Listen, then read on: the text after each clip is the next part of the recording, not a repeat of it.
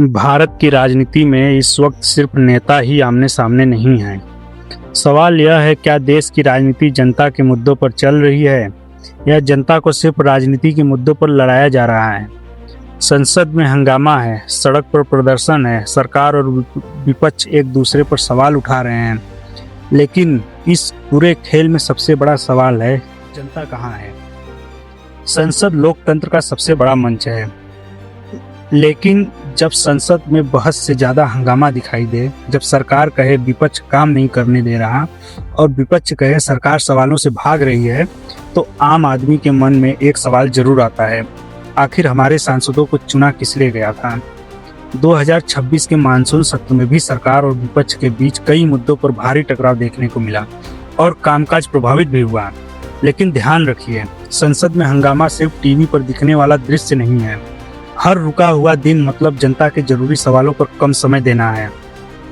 अब दूसरी तरफ देखिए, सरकार कहती है हमने विकास किया, इंफ्रास्ट्रक्चर बनाया, भारत को दुनिया में मजबूत किया, और वहीं विपक्ष कहता है सरकार से सवाल पूछना लोकतंत्र का सबसे बड़ा अधिकार है।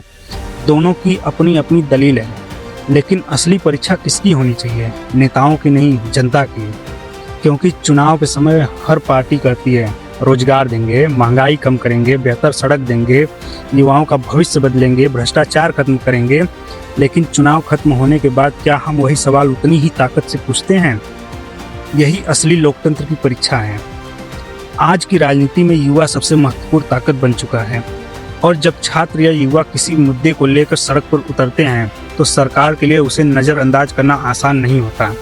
हाल के छात्र प्रदर्शन ने भी सरकार पर राजनीतिक दबाव बढ़ाया है।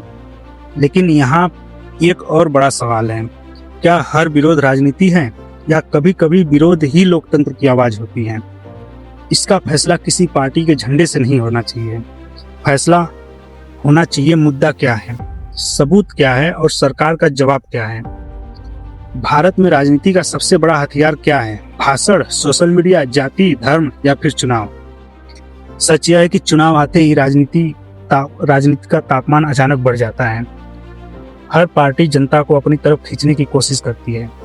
किसी के लिए राष्ट्रवाद सबसे बड़ा मुद्दा है, किसी के लिए संविधान, किसी के लिए रोजगार, किसी के लिए महंगाई, किसी के लिए किसान और किसी के लिए पहचान की राजनीति। लेकिन आम मतदाता को एक काम करना चाहिए, हर नेता से एक ही सवाल पूछना चाहिए, आपने मेरे लिए क्या किया? और दूसरा, अगले 5 साल में आप मेरे लिए क्या करेंगे? राजनीति में दोस्त हमेशा दोस्त नहीं रहते और विरोधी हमेशा विरोधी नहीं रहते, क्योंकि राजनीति में सबसे महत्वपूर्ण चीज होती है सत्ता। आज तो एक दूसरे पर आरोप लग रहे हैं, कल वही किसी मुद्दे पर साथ दिखाई दे सकते हैं। और यही कारण है कि जनता को किसी भी पार्टी का अस्थायी समर्थक नहीं बनना चाहिए, अपने सवालों का समर्थक बनना चाहिए। क्योंकि नेता बदल सकते हैं, सरकार बदल सकती है, गठबंधन बदल सकते हैं, लेकिन आपका वोट 5 साल तक आपके हाथ में वापस नहीं आ सकता। 2024 के लोकसभा चुनाव में बीजेपी 240 सीटों पर रही और एनडीए ने बहुमत के लिए सहयोगी दलों के साथ सरकार बनाई। विपक्षी इंडिया गठबंधन ने भी 234 सीटें जीती। इसका मतलब क्या है? एक बात तो साफ है, भारतीय मतदाता की ताकत अभी भी निर्णायक है।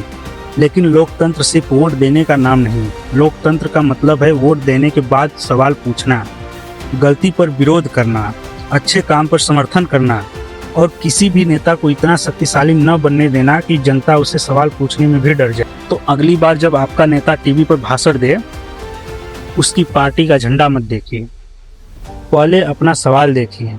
जब विपक्ष सवाल पर आरोप लगाए तो सिर्फ तालियां मत बजाइए, सबूत पूछिए। और जब सरकार विकास का दावा करे तो सिर्फ नारे मत लगाइए, नतीजे पूछिए। क्योंकि लोकतंत्र में असली राजा न नेता है न पार्टी, असली ताकत मतदाता के हाथ में है।